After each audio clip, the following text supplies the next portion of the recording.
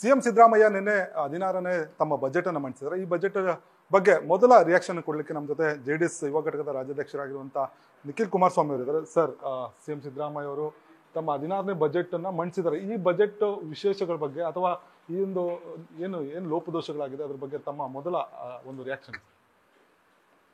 ಮೇಲ್ನೋಟಕ್ಕೆ ನೋಡಿದಾಗ ಬಹುಶಃ ನಮ್ಮ ದೇಶದಲ್ಲಿ ಇರ್ತಕ್ಕಂಥ ಬಹಳ ಕಮ್ಮಿ ರಾಜ್ಯಗಳು ಇಂಥ ದೊಡ್ಡ ಪ್ರಮಾಣದ ಗಾತ್ರದ ಬಡ್ಜೆಟನ್ನು ಹೊಂದಿರತಕ್ಕಂಥದ್ದು. ಒಂದು ವಿಶೇಷತೆ 4,09,00,000 ಕೋಟಿಯಷ್ಟು ಇವತ್ತೇನು ಬಡ್ಜೆಟ್ಟು ಬೆಳೆದು ನಿಂತಿದೆ.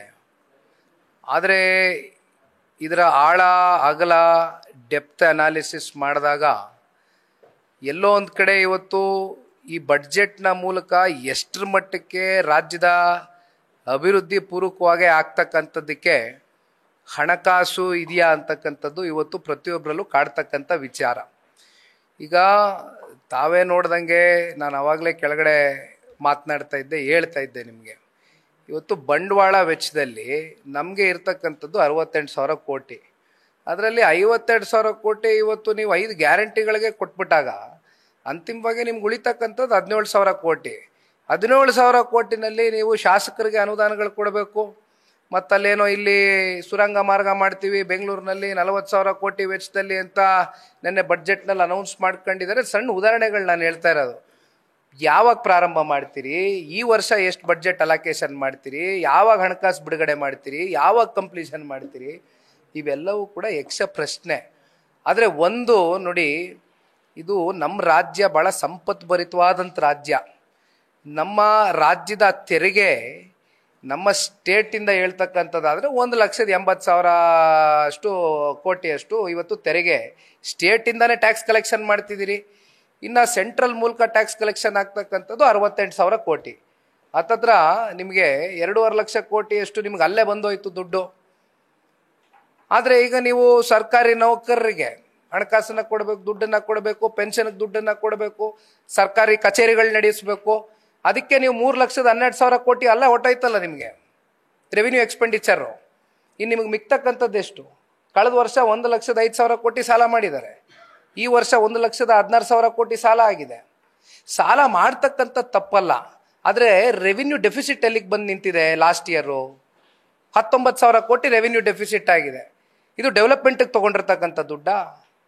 ಸಾಲನ ತೀರಿಸ್ತಕ್ಕಂಥದ್ದಕ್ಕೆ ಸಾಲ ಮಾಡಿರೋಂಥದ್ದು ರಾಜ್ಯ ಸರ್ಕಾರ. ಬಹುಶಃ ಇದು ಮೊದಲನೇ ಪ್ರಕರಣ ಈ ರೀತಿ ನಮ್ಮ ಕಣ್ಣು ಮುಂದೆ ಬರ್ತಾ ಇರ್ತಕ್ಕಂಥದ್ದು. Physical deficit ಎಲ್ಲಿಗಿದೆ? 90,000 crores ಹೆಚ್ಚಾಗಿದೆ.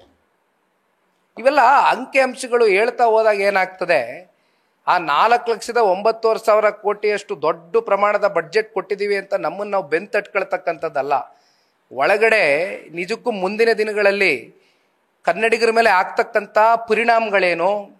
ಒಬ್ಬೊಬ್ಬ ಕನ್ನಡಿಗರ ಮೇಲೆ ಕನಿಷ್ಠ ಪಕ್ಷ 15,000 ರೂಪಾಯಿಯಷ್ಟು ಸಾಲ ಹೊರೆ, 14,700 ರೂಪಾಯಿಯಷ್ಟು ಸಾಲದ ಹೊರೆ ಒಬ್ಬ ಕನ್ನಡಿಗರ ಮೇಲೆ. ನನ್ನ ಅಂಕಿಅಂಶಗಳು ನಾವು ತೆಗೆದು ನೋಡ್ತಾ ಇದ್ವಿ. ಬಹುಶಃ ಒಂದು ಸಿಂಪಲ್ ವರ್ಡಲ್ಲಿ ಹೇಳಬೇಕು ಅಂದರೆ ಈ budget it is A duck out budget. Sir, 2 ವರ್ಷಗಳಿಂದ ಶಾಸಕರು ಅವರೇ ಪಕ್ಷದ ಕಾಂಗ್ರೆಸ್ ಶಾಸಕರು ಹೇಳಿದ್ದಾರೆ, ಜೊತೆಗೆ ವಿರೋಧ ಪಕ್ಷದ ಶಾಸಕರು ಕೂಡ ಅಭಿವೃದ್ಧಿ ಆಗಿಲ್ಲ ಅನ್ನೋ ಮಾತನ್ನು ಹೇಳ್ತಾರೆ. ಈ ಒಂದು ಬಜೆಟ್ನಲ್ಲಿ ಎಲ್ಲೂ ಕೂಡ ಅಭಿವೃದ್ಧಿಗೆ ಒಂದು ಹಣಕಾಸನ್ನು ಮೀಸಲಿಟ್ಟಿರೋದಾಗ್ಲಿ ಯಾವುದು ಕೂಡ ಇಲ್ಲ. ಈಗೇನು 17,000 ಕೋಟಿ ಬಂಡವಾಳ ವೆಚ್ಚದಲ್ಲಿ ಈ ವರ್ಷ ಇದೆ ಅನ್ನಲ್ಲ, ಕಳೆದ ವರ್ಷ 3,000 ಕೋಟಿ ಇತ್ತು ಬಂಡವಾಳ ವೆಚ್ಚದಲ್ಲಿ ದುಡ್ಡು, ಉಳಿದಿದ್ದೆ 3,000 ಕೋಟಿ. ಎಲ್ಲಿಂದ ಅನುದಾನ ಕೊಡ್ತಾರೆ? ಗ್ಯಾರಂಟಿಗಳ ಯೋಜನೆಗಳು ಪ್ರತಿ ತಿಂಗಳು ಕೊಡ್ತೇವೆ. ಗೃಹಲಕ್ಷ್ಮಿ ಕೊಡ್ತೇವೆ, ಗೃಹಜ್ಯೋತಿ ಕೊಡ್ತೇವೆ, ಯುವ ನಿಧಿ ಕೊಡ್ತೇವೆ. ಇವೆಲ್ಲವೂ ಕೂಡ ಹೇಳ್ಕೊಳ್ತಕ್ಕಂಥದ್ದು ಕಾಂಗ್ರೆಸ್ ಸರ್ಕಾರ ಮಾಡಿದ್ರು. ಕೊನೆಗೆ 5 ಕಿಲೋ ನಾವು ಅಕ್ಕಿ ಕೊಡ್ತೀವಿ ಅಂದರು. ಇಲ್ಲ, ನಮ್ಗೆ ಅಕ್ಕಿ ಕೊಡ್ಲಿಕ್ಕೆ ಆಗೋದಿಲ್ಲ, ನಾವು ಕೆಜಿಗೆ 34 ರೂಪಾಯಿ ದುಡ್ಡು ಕೊಟ್ಬಿಡ್ತೀವಿ ಅಂದರು. ಕೊನೆಗೆ ಕೇಂದ್ರ ಸರ್ಕಾರದಿಂದ 5 ಕಿಲೋ ಅಕ್ಕಿ ಬರ್ತಾ ಇದ್ದಾರೆ, ರಾಜ್ಯ ಸರ್ಕಾರದ ಅಕ್ಕಿ ಯಾಕೆ ಬರ್ತಾ ಇಲ್ಲ? ಜನಗಳಿಗೆ ಯಾಕೆ ದುಡ್ಡು ಕಾಸು ಕೊಟ್ಟಿಲ್ಲ, ಹಣಕಾಸು ಕೊಟ್ಟಿಲ್ಲ? ಇಲ್ಲಿ ಬೆಂಗಳೂರಿಗೆ ಬನ್ನಿ, ಮೊನ್ನೆ ಹೇಳ್ತಾರೆ 2 ತಿಂಗಳ ಹಿಂದೆ BWSSB ಭಾಳ ಲಾಸಲ್ಲಿದೆ, ಈ ಲಾಸ್ನ ರಿಕವರಿ ಮಾಡಬೇಕು ಅಂದರೆ ಇವಾಗ ನಾವು ನೀರಿನ ಮೇಲೂ ಕೂಡ ದರ ಏರಿಕೆ ಮಾಡಬೇಕು ಅಂತ ಹೇಳ್ತಾರೆ. ಪ್ರೋತ್ಸಾಹಧನ 5 ರೂಪಾಯಿ ಇದ್ದಿದ್ದು 7 ರೂಪಾಯಿ ಕೊಡ್ತೀವಿ ಅಂದರು ಕಳೆದ ಪ್ರಣಾಳಿಕೆಯಲ್ಲಿ. ಇಲ್ಲಿವರೆಗೂ ಪ್ರೋತ್ಸಾಹಧನ ಫುಲ್ಫಿಲ್ಮೆಂಟ್ ಮಾಡಲಿಕ್ಕಾಗಿಲ್ಲ.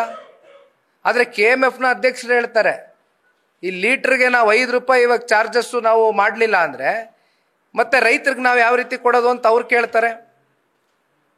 ಆಯ್ತು, ಇಷ್ಟೆಲ್ಲ ಹೇಳೋದು. ಈಗ KERC ಕತೆ ಏನಾಗಿದೆ? ಅವ್ರೇನು ಹೇಳಿದ್ದಾರೆ? ಅವ್ರೇನು ಪ್ರಪೋಸಲ್ ಕಳಿಸಿದ್ದಾರೆ? KERC ಅವರು ಹೇಳ್ತಾ ಇದ್ದಾರೆ ವಿದ್ಯುತ್ಗೆ ಇವಾಗ ದುಡ್ಡು ನಮ್ಮದು ಲಾಸಲ್ಲಿದೆ, ಎಲ್ಲ ಎಸ್ಕಾಮ್ಗಳು ಲಾಸಲ್ಲಿದ್ದೀವಿ, ನಾವು ವಿದ್ಯುತ್ಗೂ ಹಣ ಕಟ್ಟಿಸ್ಕೊಳ್ಬೇಕು. You see any sector sir, ಇವತ್ತು ನೀವು ಸ್ಟ್ಯಾಂಪ್ ಡ್ಯೂಟಿ 4ರಿಂದ 5ರಷ್ಟು ಬೆಲೆ ದುಪ್ಪಟ್ಟಾಗಿದೆ. ಪ್ರಾಪರ್ಟಿ ಟ್ಯಾಕ್ಸು ಎಲ್ಲಿಗೆ ಹೋಗಿದೆ ರೇಟ್ಸು? ಬೇಡ, ಇವತ್ತು ರೈತರ ಪರಿಸ್ಥಿತಿ ಏನಾಗಿದೆ? 3 ಫೇಸ್ ಕರೆಂಟ್ ಕೊಡೋರು ಪಂಪ್ ಸೆಟ್ಗಳಿಗೆ, ಈಗ 1 ಫೇಸ್ ಕರೆಂಟ್ ಕೊಡೋಕ್ಕಾಗ್ತಾ ಇಲ್ಲ. ಇವತ್ತು ಬೇಸಿಗೆಗಾಲ ಪ್ರಾರಂಭ ಆಗಿದೆ, 1 ಫೇಸ್ ಕರೆಂಟ್ ಕೊಡೋಕ್ಕಾಗ್ತಾ ಇಲ್ಲ. ಇವತ್ತು ರೈತರು ಬೀದಿಗೆ ಬಂದಿದ್ದಾರೆ. ಅವ್ರ ಕಷ್ಟ ಕೇಳೋರು ಯಾರು? ಸರ್, ಬಿಜೆಪಿ ನಾಯಕರು ಒಂದು ಸಮಾಜವನ್ನ ಓಲೈಕೆ ಮಾಡೋದಕ್ಕೆ, ಜೊತೆಗೆ ಏನು ತುಷ್ಟೀಕರಣಕ್ಕಾಗಿ ಈ ರೀತಿ ಒಂದೇ ಸಮುದಾಯಕ್ಕೆ ಯೋಜನೆಗಳನ್ನು ಕೊಟ್ಟಿದ್ದಾರೆ, ಇದು ಹಲಾಲ್ ಬಜೆಟ್ ಅನ್ನೋ ಮಾತನ್ನ ಹೇಳ್ತಾರೆ. JDS ಇದನ್ನ ಒಪ್ಪುತ್ತೆ ಸರ್? ಈಗ ಒಂದು ಮಾತು ನಾನು ಹೇಳ್ತಕ್ಕಂಥದ್ದು, ಇಲ್ಲಿ ನಾನು ಯಾವುದೋ ಒಂದು ಸಮುದಾಯನ ದೂರ್ತಕ್ಕಂಥದ್ದಲ್ಲ. ಆದರೆ ಈಗ OBC ವರ್ಗ ತಗೊಳ್ಳಿ, ಪರಿಶಿಷ್ಟ ಜಾತಿ ಪರಿಶಿಷ್ಟ ಪಂಗಡ ತಗೊಳ್ಳಿ, ಅಥವಾ ಎನಿ ಮೈನಾರಿಟಿ. ಈಗ ನೀವು ಹೇಳಿದ್ರು ನಿನ್ನೆ ಮುಖ್ಯಮಂತ್ರಿಗಳು ಈ ಬೌದ್ಧರು, ಜೈನರು, ಕ್ರಿಶ್ಚಿಯನ್ರು ಇವರೆಲ್ಲ ಸೇರ್ಕೋತಾರೆ, ಮುಸಲ್ಮಾನರು ಅಷ್ಟೇ ಅಲ್ಲ ಅಲ್ಪಸಂಖ್ಯಾತರು ಅಂದರೆ ಎಲ್ರಿಗೂ ಸೇರಿ ಪ್ಯಾಕೇಜ್ ಕೊಟ್ಟಿದ್ದೀವಿ ಅಂತಾರೆ. ಆದರೆ ಇವತ್ತು ಬೆಳಗ್ಗೆ ಪತ್ರಿಕೆ ತೆಗೆದು ಓದಿದಾಗ ಬೇಕಾದ್ರೆ ಯಾವುದು ಮರೆಮರೆಸ್ಲಿಕ್ಕೆ ಆಗೋದಿಲ್ಲ. ನಿನ್ನೆ ಅವ್ರು ಹೇಳ್ದಂಥದ್ದು ಬೇರೆ, ಇವತ್ತು 16 ಕಾರ್ಯಕ್ರಮಗಳು, ಇವತ್ತು ವಿಶೇಷ ಪ್ಯಾಕೇಜಸ್ಸು ಇವತ್ತು ಮುಸಲ್ಮಾನ್ ಸಮುದಾಯಕ್ಕೆ ಕೊಟ್ಟಿದ್ದೀರಿ. ಅಂದರೆ ಈ ಪ್ಯಾಕೇಜ್ಗಳಲ್ಲಿ ಸೇರ್ಕೊಳ್ತಕ್ಕಂಥ ಮೈನಾರಿಟೀಸ್ಗಳಿಗೆ ಮುಸಲ್ಮಾನರಿಗೆ ಮಾತ್ರ ಈದ್ ಕಾ ಬಿರಿಯಾನಿ, ಇನ್ನು ಮಿಕ್ದವ್ರಿಗೆಲ್ಲ ಉಪ್ಪಿನಕಾಯಿ, ತಟ್ಟೆಲೊಂದು ಉಪ್ಪಿನಕಾಯಿ. ಸದನದಲ್ಲಿ ಅಥವಾ ಹೊರಗಡೆ ಈ ಒಂದು ವಿಚಾರವನ್ನ ಒಂದೇ ಸಮುದಾಯಕ್ಕೆ ಒಂದು ಮೀಸಲಾತಿ ಅನುದಾನವನ್ನು ಕೊಟ್ಟಿರುವಂಥದ್ದು ಉಳಿದ ಸಮುದಾಯಗಳಿಗೆ ಅನ್ಯಾಯ ಮಾಡಿರೋದ್ರ ಬಗ್ಗೆ ಧ್ವನಿ ಎತ್ತುತ್ತೆ ಸರ್ JDS? ಸರ್, ನಮ್ಮ ಧ್ವನಿ ನಿರಂತರವಾಗಿ ಸನ್ಮಾನ್ಯ ದೇವೇಗೌಡರು ಸಾಹೇಬರು ಈ ಪಕ್ಷವನ್ನು ಕಟ್ಟಿರ್ತಕ್ಕಂಥದ್ದೇ ಹೋರಾಟದ ಹಿನ್ನೆಲೆಯಲ್ಲಿ ರಾಜ್ಯದ ಜನತೆಗೆ ಸಾಮಾಜಿಕವಾಗಿ, ಆರ್ಥಿಕವಾಗಿ, ಶೈಕ್ಷಣಿಕವಾಗಿ ಮೋಸ ಆದಂಥ ಸಂದರ್ಭದಲ್ಲಿ ಅವ್ರಿಗೆ ನ್ಯಾಯ ಒದಗಿಸ್ಕೊಡ್ತಕ್ಕಂಥದ್ದು, ಜನಗಳ ಕಣ್ಣು ತೆರೆಸ್ತಕ್ಕಂಥ ಕೆಲಸವನ್ನು JDS ಎಂದೂ ಕೂಡ ಮಾಡಿದೆ, ಮುಂದೇನು ಮಾಡುತ್ತೆ. ಇವಿಷ್ಟು ನಿಖಿಲ್ ಕುಮಾರಸ್ವಾಮಿ ಅವರ ಮಾತು. ಏನು JDS ಈ ಒಂದು ವಿಚಾರವಾಗಿ ಸದನದ ಒಳಗಡೆ ಮತ್ತು ಹೊರಗಡೆ ಹೋರಾಟವನ್ನ ಮಾಡುತ್ತೆ. ಸರ್ಕಾರ ಒಂದು ಸಮುದಾಯಕ್ಕೆ ಮಾತ್ರ ಹೆಚ್ಚು ಅನುದಾನಗಳನ್ನು ಕೊಟ್ಟಿದೆ ಅನ್ನೋ ಮಾತನ್ನ ಹೇಳ್ತಿರುವಂಥದ್ದು. ಕ್ಯಾಮ್ರಾ ಪರ್ಸನ್ ಪವನ್ ಜೊತೆ G Manjunath, news first Bengaluru. News first ನಿರ್ಭೀತಿಯಿಂದ ನಿಮ್ಮ ಪರವಾಗಿ.